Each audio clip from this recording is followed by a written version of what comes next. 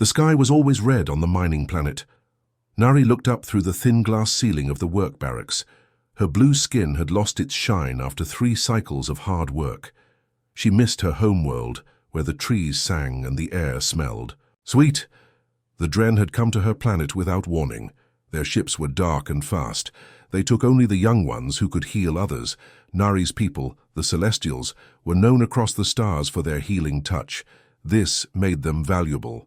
Too valuable. Move, healer, shouted Garte, hitting the floor with his shock stick. 6 workers hurt in Tunnel 5. Go now!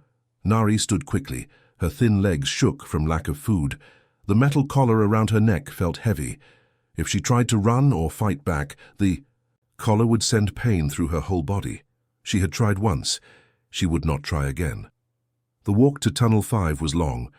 Other slaves worked along the path, digging for the bright blue crystals the Dren wanted. These crystals powered their ships and weapons. The workers were from many planets, all with different looks, but all with the same empty eyes. In Tunnel. 5-6 miners lay on the ground. A small cave-in had dropped rocks on them. Their bodies were broken and bloody.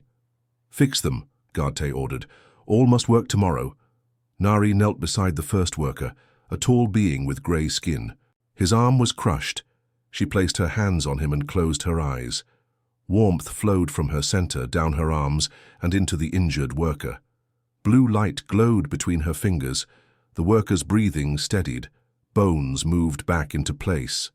Healing took much of her strength. By the 3rd worker, Nari felt dizzy. By the 6th, she could barely stay awake. Each healing took something from her that food and rest could not fully give back. Good, said Garte when she finished. Back to your space. In her small sleeping box, Nari curled up on the thin mat. Next to her was Han, another Celestial who had been taken from their home. Han was older and had been at the mines longer. I can't do this much more, Nari whispered. Each day, I feel myself fading. Han's eyes were dull. Do not let them hear. You say that. Worker Minho said the same last week. They took him away. He never came back. Nari shivered. Everyone knew what happened to slaves who could no longer work. The Dren had no use for broken tools. The new shipment arrives tomorrow, Han said. I heard the guards talking. More workers coming and some visitors. Someone from the new planet. New planet? A place called Earth. They just joined the Galactic Council. The Dren say they are backward. They don't even have faster-than-light travel yet. They had to use galactic ships to get here. Nari had never heard of Earth. There were so many worlds. Before being taken, she had never left her home. Planet morning came too soon. The loud alarm made all slaves stand at once. Guards moved through the sleeping area, checking collars and pushing anyone who moved too slowly. Healer Nari, report to the med center, a voice said through the speakers. This was not normal. Usually she went to where workers were hurt, not to the main medical area. The med center was cleaner than the rest of the facility. The Dren doctor, Sun, was waiting. He was tall with scaled skin and cold eyes. The Earth visitor will tour this area today, Dr. Sun said. You will show him how you heal. We have prepared a subject. A young worker was brought in. Nari recognized him from the food line. There was nothing wrong with him. What do you mean by prepared? She asked. Dr. Sun picked up a laser tool. Without warning, he cut a deep wound across the worker's chest. The worker screamed. Now heal him, Dr. Sun ordered. The Earth human must see how valuable you Celestials are. Nari wanted to refuse, but the worker was in pain. She placed her hands on him and began the healing process. The blue light appeared. The wound slowly closed. When she finished, she felt hollow inside. Dr. Sun smiled. Perfect. The human will arrive soon. We will repeat this demonstration. You can't, Nari said. I need rest between healings. Dr. Sun touched a control panel. Nari's collar activated, sending pain through her body. She fell to the floor, gasping. You will do as told, he said. The human must see why we control your kind. Your abilities are too valuable to be wasted on your peaceful planet. As Nari lay on the floor, she wondered what the human would be like. Would they care about what happened here? Or would they be like all the others who visited? Interested. Only in what the slaves could do, not in their suffering. She did not expect anything to change. In 3 cycles, no one had ever helped them. Why would this human be any different? The metal door of the inspection shuttle opened with a hiss. June stepped onto the landing pad of the Dren mining facility. Unlike the other visitors who usually arrived in sleek ships, his Earth vessel looked simple and outdated. The Dren guards exchanged glances, barely hiding their smirks. "Welcome to Extraction Facility 9, Earth Representative," said Officer Kim, a tall Dren with shimmering scales. "We are honored to host the first human to visit our operation." June nodded politely. He wore a plain gray uniform with a small Earth patch. His face showed no expression, but his eyes missed nothing. He had been chosen for this mission because he noticed details others ignored. "I appreciate the tour," June said.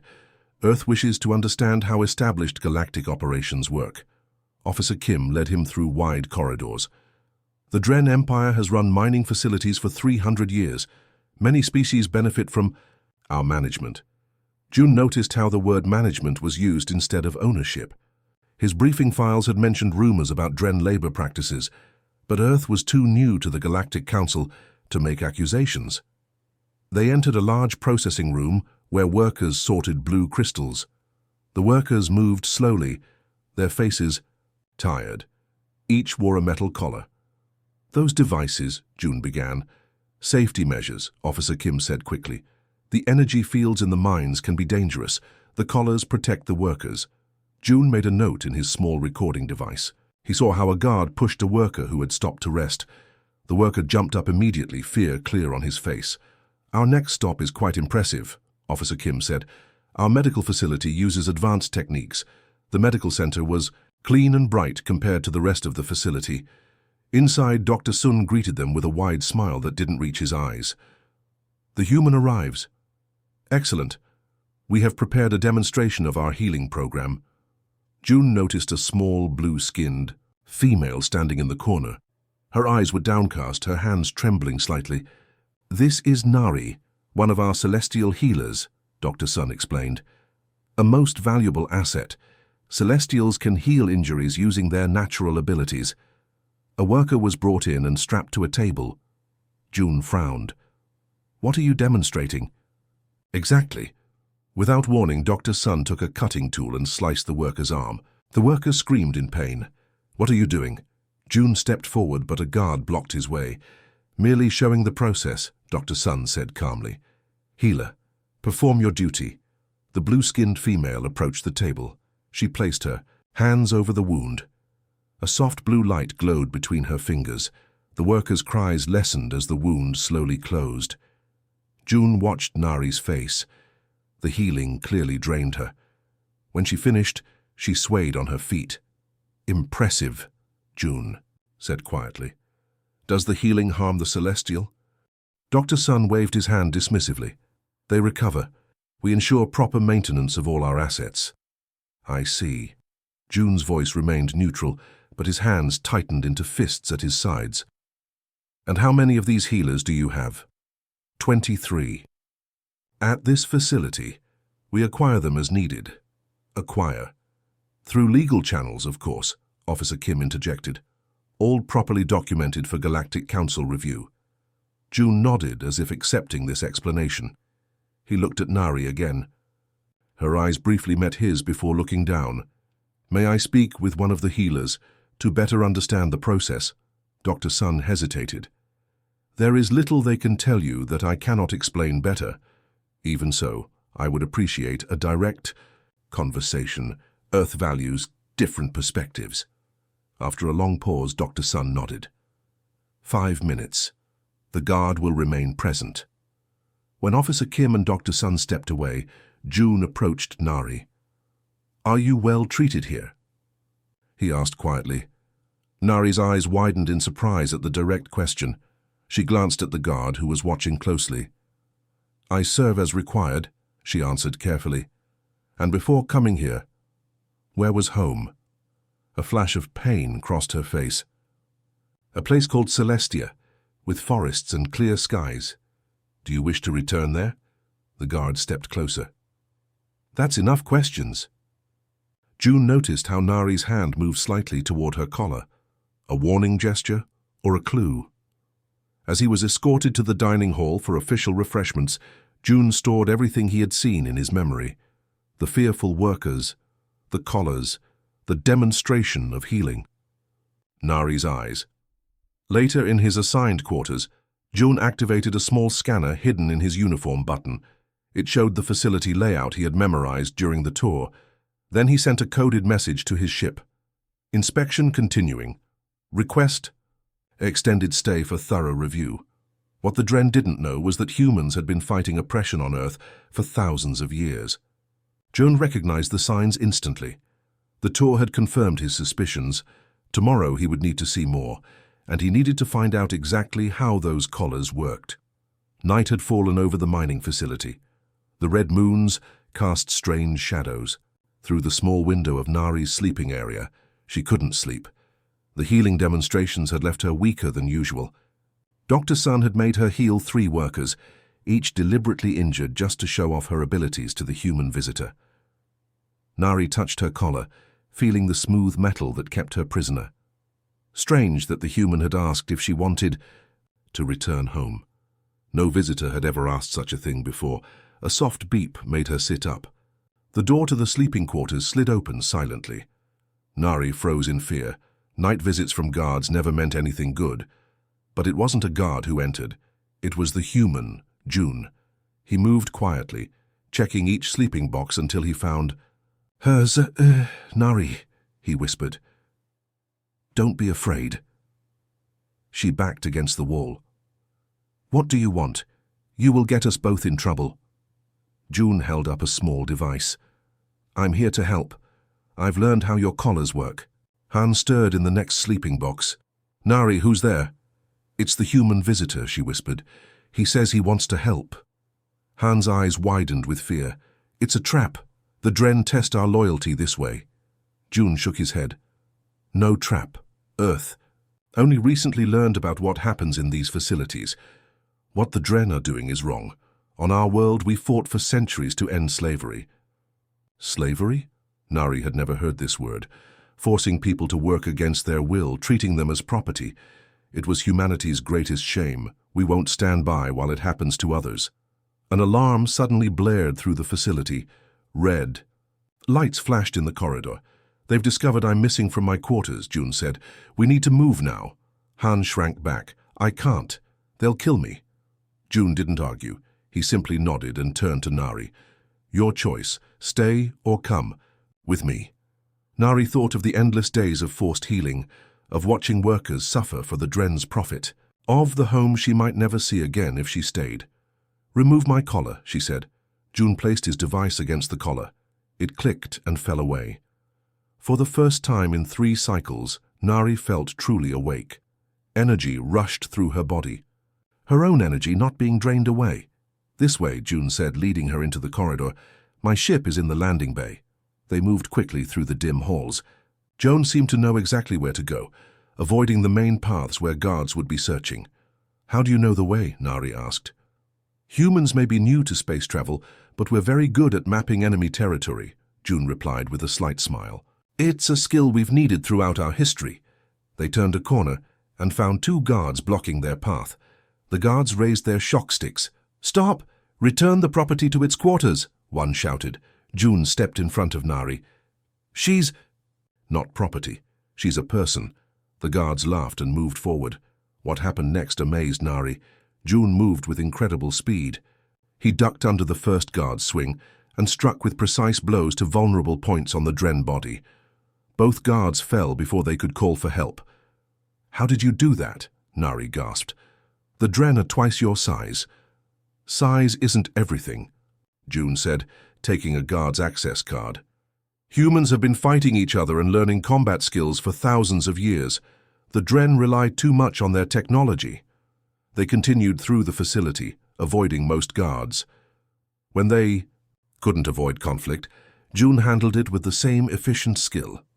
Nari began to understand why the Dren had called humans dangerous primitives, despite their lack of advanced technology. Finally, they reached the landing bay. June's small Earth shuttle waited, its door already open. Halt! Dr. Soon's voice echoed across the bay. He stood with 6 armed guards, all weapons pointed at them. The Celestial is valuable Dren property. Return it immediately. June pushed Nari toward the ship. Get inside. Not without you, she said. Dr. Soon stepped forward. Human, your planet is new to the galaxy. You don't understand our ways. The Celestials exist to serve. It's their purpose. No one exists. To serve others against their will, June replied calmly. That's a universal truth my people learned the hard way. Dr. Sun signaled the guards to advance. Take them both. What happened next showed Nari why humans were truly different. June pulled out a small device and threw it toward the guards. A blinding flash filled the room. In the confusion, he grabbed Nari's hand and they ran for the ship. Once inside, June quickly started the engines. The shuttle lifted off as blaster. Fire hit its sides. Will we escape? Nari asked, her heart pounding. June smiled. They say humans are stubborn, they have no idea. As the shuttle broke through the atmosphere, Nari looked out at the stars. For the first time in years, she felt something new growing inside her. Hope. The shuttle shuddered as it pushed beyond the planet's atmosphere. Inside, Nari slumped against the wall, her blue skin pale from exhaustion. June's fingers moved quickly over the control panel, plotting their escape route. They're following us, he said, pointing to the screen showing 3 Dren ships gaining speed behind them. Their ships are faster than mine. Nari looked out the small window. Freedom had seemed possible for a brief moment. Now it felt like just another false hope. Why did you help me? She asked. Your world has just joined the Galactic Council. This will cause problems for Earth. June's face grew serious. Some things matter more than politics. No person should own another person. A voice crackled through the communication system. Earth vessel, this is Commander Du of the Dren Authority. Return our property immediately or face destruction.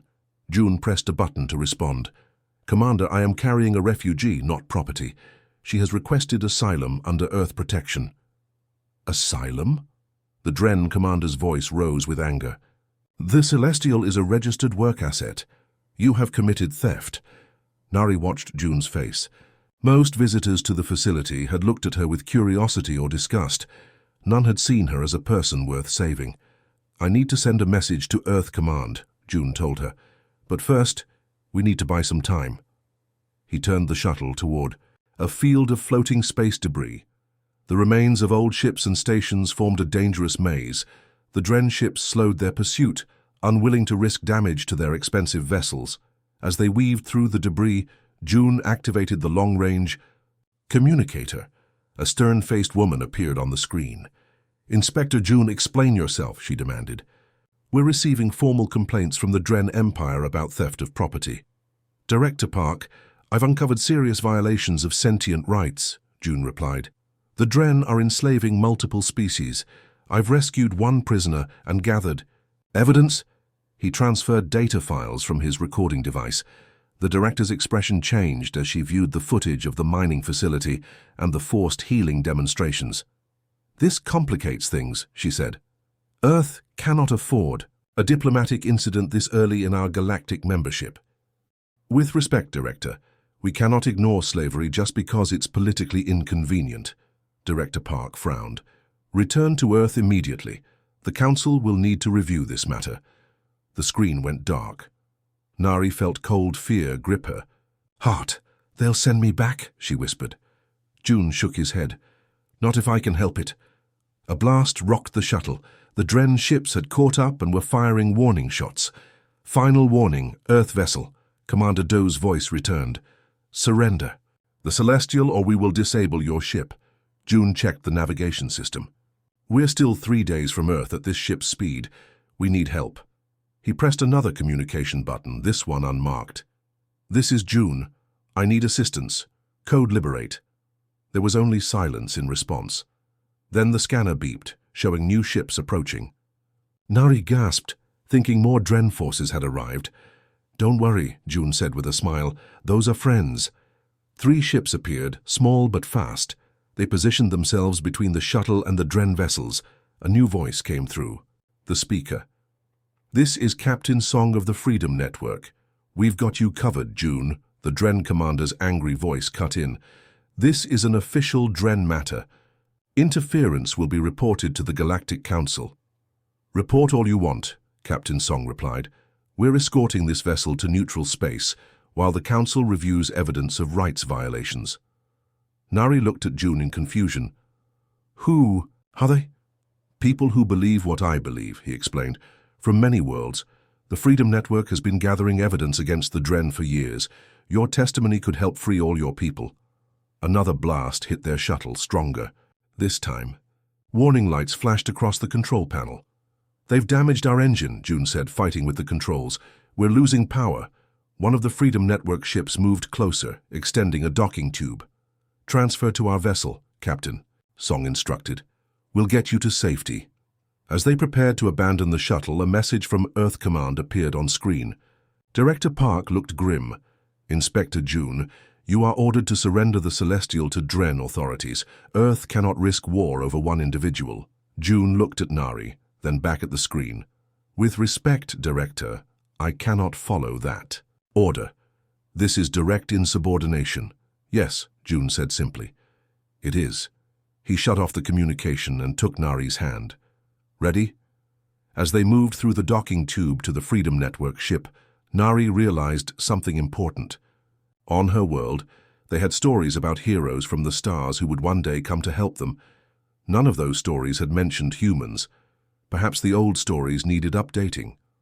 Once aboard the new ship, Captain Song greeted them. The Dren are demanding your surrender. Earth is washing their hands of this situation. Then we go to the Council directly, June said, with evidence no one can ignore. The Galactic Council chamber was enormous. Hundreds of delegates from different worlds sat in tiered seats. At the center stood June and Nari, looking small before the powerful council leaders. This emergency session will address the serious allegations against the Dren Empire, announced Head Councillor Lee, an elderly being with silver skin. We have reviewed the evidence provided by Earth representative. During the testimony of the Celestial called Nari, the Dren ambassador, a large-scaled figure named Day rose from his seat. This is an internal Dren matter. The human has stolen valuable property and interfered in legitimate business operations. I am not property, Nari said, her voice stronger. Further than she expected. 3 weeks aboard the Freedom Network ship had helped her recover her strength. None of my people are. Murmurs spread through the chamber. Many delegates had never heard a Celestial speak before. The Council has verified the evidence, Councillor Lee continued. Images from 23 Dren facilities show systematic enslavement of Celestials, Mirians, and 4 other species. The evidence appeared on large screens around the room. Delegates gasped at images of workers in collars, the forced healing sessions, punishment cells. June stepped forward. The Dren Empire has violated the Council's own charter, which guarantees rights to all sentient beings. Ambassador Day slammed his fist down. These workers signed legal contracts. Under threat, June replied calmly. A choice made with a weapon at your back is no choice at all. While the Council debated, Captain Song of the Freedom Network contacted June on a small communicator. Our teams are in position at all major Dren facilities. We await your signal. This was the riskiest part of their plan. The Freedom Network had gathered volunteers from a dozen worlds, including several human ships that had defied Earth Command's orders to stay away. The debate in the Council stretched for hours. Finally, Head Councillor Lee spoke. The Council requires time to reach a formal decision. Until then, all Dren facilities will remain operational? Ambassador Day smiled in triumph. The slow pace of Council decisions was well known. Years could pass before action was taken. June looked at Nari. They had prepared for this. She nodded. Slightly. While the Council deliberates, June announced loudly, innocent beings suffer. Earth cannot wait for bureaucracy while slavery continues. He activated his communicator. Captain Song, execute Operation Freedom. Chaos erupted in the chamber. On the large screens, live feeds appeared showing Freedom Network ships approaching Dren facilities across the galaxy. These weren't military vessels, but fast, small ships designed for rescue missions. What is happening? Demanded Ambassador. This is an act of war.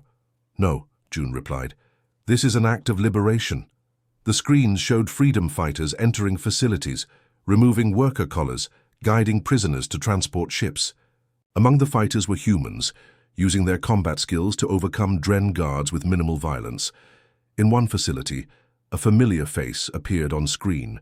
Han, Nari's friend from the mining planet, was helping others escape.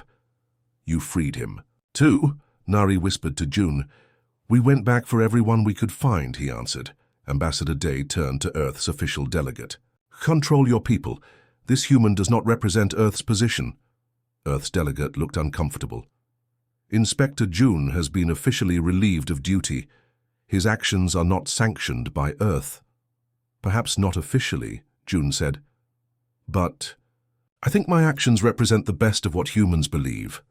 On the screens, thousands of workers were being freed. The Dren guards, faced with unified resistance from multiple species, were surrendering rather than fighting. Head Counselor Lee watched the screens in silence. Finally, he spoke. It seems the Council has been too slow to act. The evidence before us is clear. The Dren Empire has violated our most sacred principles. The Council voted immediately.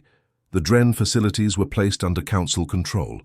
Medical teams were dispatched to help the freed workers. Ambassador Dai was removed from the chamber. After the session ended, Nari found June looking out at the stars through a large window. My people have a saying, she told him. The universe provides what is needed when it is needed most. We needed someone who would act, not just talk. June smiled. Humans have our own saying. Actions speak, louder than words. Reports came in from across the galaxy. Over 15,000 enslaved beings had been freed in a single day. The Celestials were returning to their homeworld. Other species were discovering homes they had almost forgotten. What will happen to you? Nari asked. You disobeyed your world's orders. Earth will come around, June said confidently. My people have a long history of doing what's right, even when it's not convenient. It's one of our better qualities. As they watched rescue ships bringing freed workers to the Council station, Nari realized that the universe had indeed provided exactly what was needed. Not advanced technology or political power, but simple human courage.